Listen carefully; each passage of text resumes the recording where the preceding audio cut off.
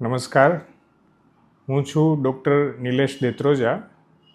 હું એન્ડોક્રાઇનોલોજીસ્ટ છું અને રાજકોટમાં હાર્મની સુપર સ્પેશિયાલિટી હોસ્પિટલ ખાતે પ્રેક્ટિસ કરું છું. સૌથી પહેલાં તો એન્ડોક્રાઇનોલોજીસ્ટ એ શું છે તમને બ્રીફમાં જણાવું. MBBSની ડિગ્રી થયા પછી MD મેડિસિન કરી અને પછીનો 3 વર્ષનો DM અથવા તો DNB એન્ડોક્રાઇનોલોજીનો કોર્સ હોય છે.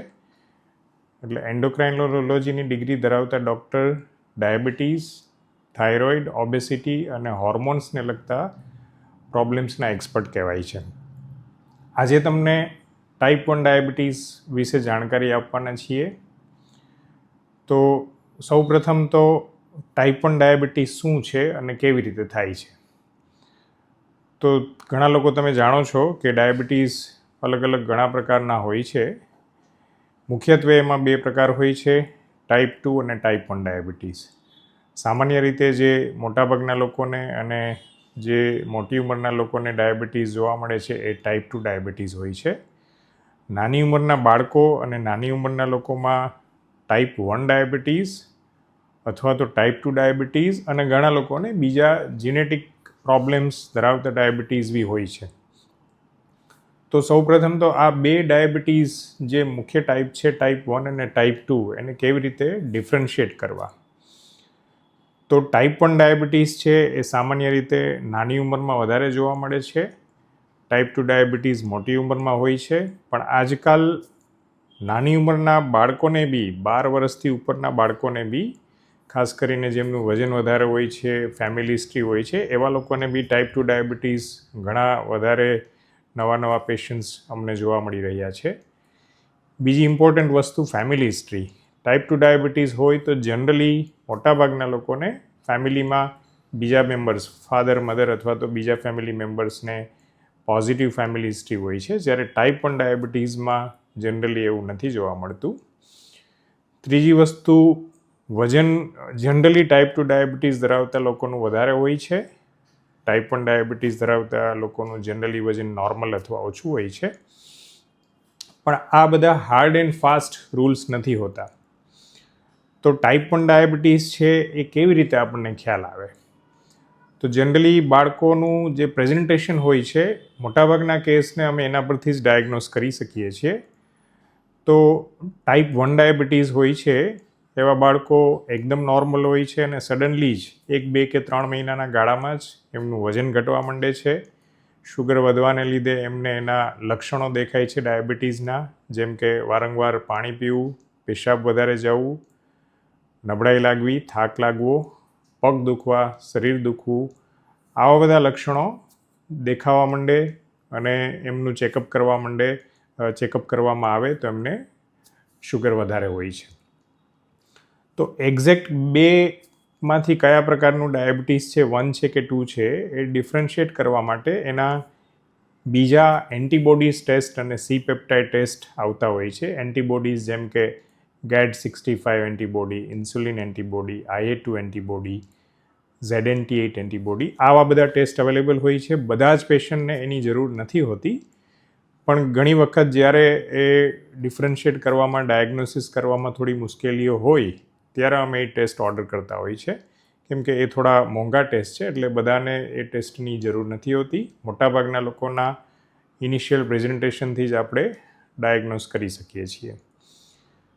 તો એક વખત તમે ટાઈપ 1 ડાયાબિટીસ ડાયગ્નોસ કર્યું પછી એની ટ્રીટમેન્ટ ઇન્સ્યુલિનના રૂપે સ્ટાર્ટ કરવામાં આવે છે.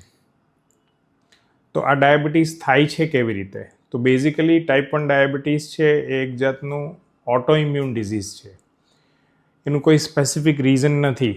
શરીરમાં એન્ટીબોડીઝ પ્રોડ્યુસ થાય છે જે પેનક્રિયાઝમાંથી જે ઇન્સ્યુલિન બનાવતા સેલ્સ છે જેને આપણે બીટા સેલ્સ કહીએ છીએ એના પર એટેક કરે છે અને એ બીટા સેલ્સને ડિસ્ટ્રોય કરી નાખે છે અને ખતમ કરી નાખે છે, જેથી એમની ઇન્સ્યુલિન બનાવવાની કેપેસિટી ઘટતી જાય છે અને બંધ થઈ જાય છે. તો ટાઈપ 1 ડાયાબિટીસ છે એ હાલના સંજોગોમાં રિવર્સિબલ નથી. એક વખત તમને ટાઈપ 1 ડાયાબિટીસ થઈ ગયું તો પછી એની ટ્રીટમેન્ટ ઇન્સ્યુલિનના સ્વરૂપમાં કાયમ માટે લેવી પડે છે. તો હવે તમને હું એના મોનિટરિંગ વિશે માહિતી આપું છું. તો તો ટાઈપ 1 ડાયાબિટીસ થયા પછી એની ટ્રીટમેન્ટ માટે આપણે ઇન્સ્યુલિનના ઇન્જેક્શન્સ અથવા તો ઇન્સ્યુલિન પંપ, આ બે વસ્તુ કરન્ટલી વર્લ્ડ વાઇડ અવેલેબલ છે. અને એ સ્ટાર્ટ કર્યા પછી સૌથી મહત્ત્વનો પોઈન્ટ છે ડાયાબિટીસને કંટ્રોલ રાખવું. કેમ કે ટાઈપ 1 ડાયાબિટીસ છે એ ફ્લક્ચ્યુએટ થયા કરે છે, કોન્સ્ટન્ટ નથી રહેતું. આજે સવારે તમારું શુગર જુદું હોય, કાલે સવારે જુદું હોય, ક્યારેક 100-150 હોય, ક્યારેક 250-300 થઈ જાય, ક્યારેક 50-60 બી થઈ જાય. તો ટાઈપ 1 ડાયાબિટીસનો સ્વભાવ એવો છે કે એ ઉપર નીચે થયા કરશે. તો એને કંટ્રોલ કરવા માટે ઇન્સ્યુલિન તો જોઈએ જ, પણ સૌથી વધારે મહત્ત્વની વસ્તુ છે એનું મોનિટરિંગ. તો એના મોનિટરિંગ માટે દરેક ટાઈપ 1 ડાયાબિટીસ ધરાવતા વ્યક્તિ પાસે ગ્લુકોમીટર હોવું જરૂરી છે અને દરરોજ ગ્લુકોમીટરથી શુગરના રીડિંગ લેવા જરૂરી છે. આપણે ટાઈપ 1 ડાયાબિટીસની ટ્રીટમેન્ટ માટે ઇન્સ્યુલિન આપતા હોઈએ છીએ, તો એમાં બે પ્રકારના ઇન્સ્યુલિન હોય છે, એક શોર્ટ એક્ટિંગ અને એક લોંગ એક્ટિંગ. તો જે શોર્ટ એક્ટિંગ ઇન્સ્યુલિન છે એ જમવા પહેલાં આપવાનું હોય છે. તો એ સવારે, બપોરે, સાંજે ત્રણેય ટાઈમ ઇન્સ્યુલિન લેતા પહેલાં દરેક વખતે બ્લડ શુગર કેટલું છે એ માપવું જરૂરી છે અને એના આધારે આપણે ઇન્સ્યુલિનનો કેટલો ડોઝ લેવો એ નક્કી થાય છે. તો તમામ બાળકોએ ડેઇલી એટલીસ્ટ 3 વખત શુગર જમ્યા પહેલાંનું માપવું જરૂરી છે અને એના આધારે જ આપણે ઇન્સ્યુલિનનો ડોઝ નક્કી કરી શકીએ. આ ઉપરાંત જમ્યા પછીના શુગર ત્રણેય ટાઈમના એટલીસ્ટ અઠવાડિયામાં એકાદી વખત માપી લેવા જરૂરી છે, જે તમારા ડોઝ એડજસ્ટ કરવામાં હેલ્પફુલ થાય છે. અને એક વખત રાત્રે અઠવાડિયા અથવા તો 15 દિવસમાં એકાદી વખત રાત્રે 2 થી 3 વાગ્યાના ગાળામાં બી શુગર માપી લેવું જરૂરી છે.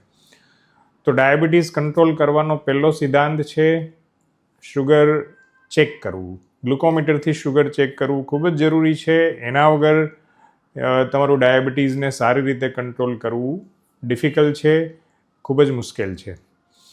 બીજું શુગર મોનિટરિંગ માટેનો ટેસ્ટ આવે છે યુરિનનો ટેસ્ટ. તો યુરિનનો શુગરનો ટેસ્ટ છે એ ઉપયોગી નથી. એના આધારે આપણે યુરિનનું બ્લડનું શુગર કેટલું છે એ ડિસાઇડ ન કરી શકીએ.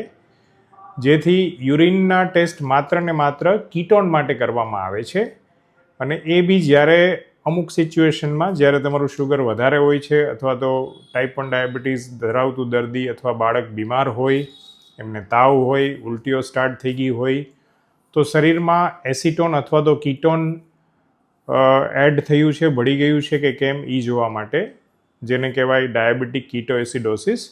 તો આ કન્ડિશનના શરૂઆતના ડાયગ્નોસિસ માટે તમે ઘર બેઠા યુરિનના ટેસ્ટથી યુરિન કીટોન ટેસ્ટ કરીને જાણી શકો છો કે આ પરિસ્થિતિ છે કે કેમ. પછી બીજા ટેસ્ટમાં બીજો મહત્ત્વનો ટેસ્ટ છે HbA1c.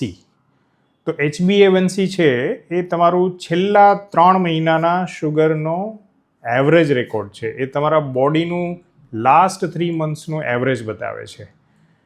તો એના પરથી ઓવરઓલ તમારું 3 મહિનાનું કેવું શુગર કંટ્રોલ છે આપણે જાણી શકાય. જે આપણે ગ્લુકોમીટરથી ચેક કરીએ છીએ એ તમારું ડે ટુ ડે જે તે સમયનું શુગર કેવું છે એ જાણી શકે. અને આ HbA1c છે એ તમારા બોડીનો છેલ્લા 3 મહિનાનો એવરેજ રેકોર્ડ જણાવે છે. જનરલી મોટાભાગના ટાઈપ 1 ડાયાબિટીસ ધરાવતા દર્દીઓનો આપણો ટાર્ગેટ હોય છે 7%ની આજુબાજુ. આના સિવાય CGMS એટલે કે કન્ટિન્યુઅસ ગ્લુકોઝ મોનિટરિંગ સિસ્ટમ, જે હમણાં ઘણા વર્ષોથી અમે ખૂબ જ એનો યુઝ કરીએ છીએ અને ટાઈપ 1 ડાયાબિટીસ ધરાવતા દર્દીઓ માટે ખૂબ જ ઉપયોગી છે.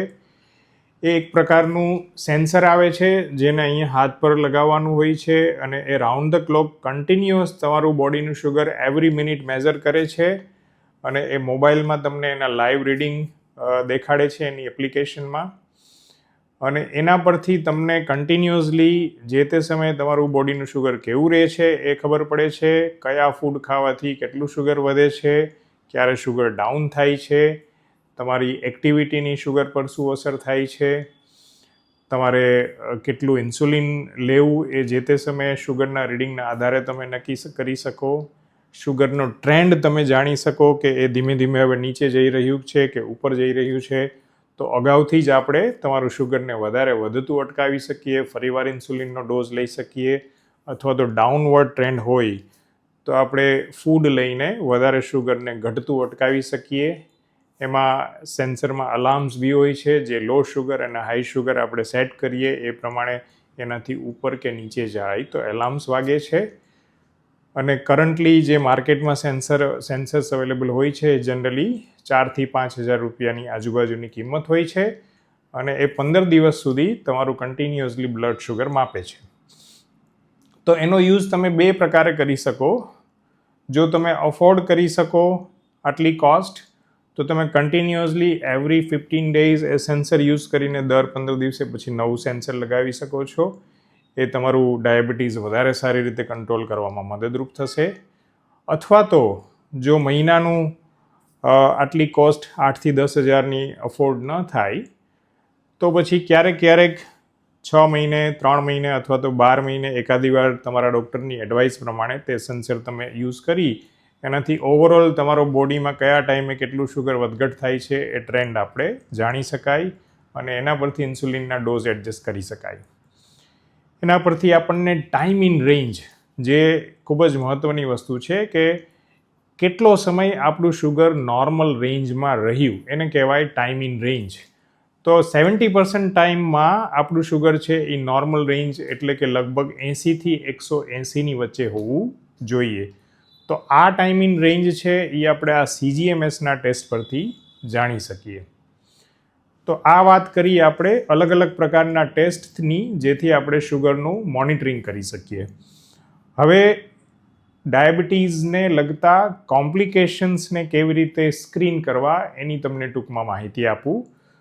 તો તમે જાણો છો કે ટાઈપ 1 ડાયાબિટીસ જો કંટ્રોલ આપણે ન રાખીએ તો લાંબા ગાળે ડાયાબિટીસને લીધે અમુક વર્ષો પછી 10 વર્ષ, 15 વર્ષ, 20 વર્ષ કે 25 વર્ષ પછી જો તમારું શુગર કંટ્રોલ ન રહ્યું હોય તો એ શરીરના અલગ અલગ ભાગોને જેમ કે કિડની, હાર્ટ, બ્રેઇન, પગના જ્ઞાનતંતુઓ, લોહીની નળીઓ, આ બધા ભાગો પર એની અસર થતી હોય છે. તો એ અસરો થાય છે કે કેમ એ જોવા માટે એના અલગ અલગ પ્રકારના ટેસ્ટ હોય છે, જે વર્ષમાં એક વખત આપણે કરવાના હોય છે. કેમ કે આ પ્રોબ્લેમ્સ છે એ સાયલન્ટ હોય છે. તમારું ડાયાબિટીસ વધારે હોય તો બી શરૂઆતના વર્ષોમાં આપણને એ કોમ્પ્લિકેશન્સના કોઈ પણ પ્રકારના સિમ્ટમ્સ, કોઈ પણ પ્રકારના લક્ષણો જોવા મળતા નથી. જેથી કરીને ઇનિશિયલ તબક્કામાં, શરૂઆતના સ્ટેજમાં એના ટેસ્ટ કરીને જ આપણે એ કોમ્પ્લિકેશન્સ થાય છે કે કેમ એ જાણી શકીએ.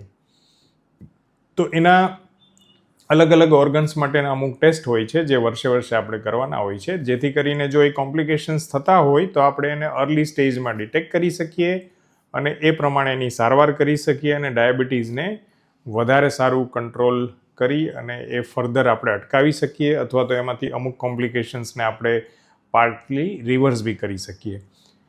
તો એમાં અમુક ટેસ્ટ જે મહત્ત્વના છે એમાં એક ટેસ્ટ છે આંખનો ટેસ્ટ, રેટિનાની તપાસ, આંખના પડદાની તપાસ. તો આંખના ડૉક્ટર દ્વારા, રેટિના સ્પેશિયાલિસ્ટ દ્વારા એટલીસ્ટ વર્ષમાં એક વખત બધા જ બાળકોનું આંખનું ચેકઅપ થવું જરૂરી છે. બીજો અગત્યનો ઓર્ગન છે કિડની. તો કિડનીમાં કંઈ ડેમેજ થાય છે કે કેમ એ જોવા માટે એમના અમુક ટેસ્ટ હોય છે, જેમ કે ક્રિએટિનિન અને EGFR, અને ઇમ્પોર્ટન્ટ ટેસ્ટ છે યુરિન આલ્બ્યુમિન ક્રિએટિનિન રેશિયો. તો આ ટેસ્ટ છે બ્લડ અને યુરિનના, એ વર્ષમાં એક વખત તમામ બાળકોના થવા જરૂરી છે. પછી રિક્વાયરમેન્ટ પ્રમાણે બીજા ઓર્ગન્સ કંઈ ડેમેજ થાય છે કે કેમ એ જોવા માટે પગના જ્ઞાનતંતુના ટેસ્ટ, હાર્ટના ટેસ્ટ, પણ આ બધા જ બાળકોને જરૂરી નથી હોતું. અમુક લોકોને અમુક ઉંમર પછી રિક્વાયરમેન્ટ પ્રમાણે કરવાના હોય છે. પણ તમારે આ બે અગત્યની વસ્તુ યાદ રાખવી ખૂબ જ જરૂરી છે, આંખનું ચેકઅપ અને કિડનીના ટેસ્ટ. પછી ટાઈપ 1 ડાયાબિટીસ ધરાવતા દર્દીઓને અમુક પ્રકારના રોગો થવાનું રિસ્ક વધારે હોય છે, જેમ કે થાઇરોઇડ. તો થાઇરોઇડનો ટેસ્ટ દરેક ટાઈપ 1 ડાયાબિટીસ ધરાવતા બાળકોએ વર્ષમાં એક વખત કરવો જરૂરી છે. અને અમુક ઉંમર પછી કોલેસ્ટ્રોલ એટલે કે લિપિડ પ્રોફાઇલની તપાસ બી વર્ષમાં એક વખત થવી જરૂરી છે. આ ઉપરાંત બીજો અગત્યનો ટેસ્ટ છે સિલિયાક ડિઝીઝ, એટલે સાદી ભાષામાં કહીએ તો ઘઉંની એલર્જી. તો એ બી ઘણી વખત એસિમ્પ્ટોમેટિક હોય છે, આપણને ખ્યાલ નથી આવતો. એ ટાઈપ 1 ડાયાબિટીસ ધરાવતા દર્દીઓને વધારે પ્રમાણમાં જોવા મળે છે. તો એનો ટેસ્ટ બી એક વખત તમારે કરાવવો જરૂરી છે. તો આ બધી માહિતી તમને આપી ડાયાબિટીસના કોમ્પ્લિકેશન્સના સ્ક્રીનિંગ વિશેની. ધન્યવાદ. નમસ્કાર.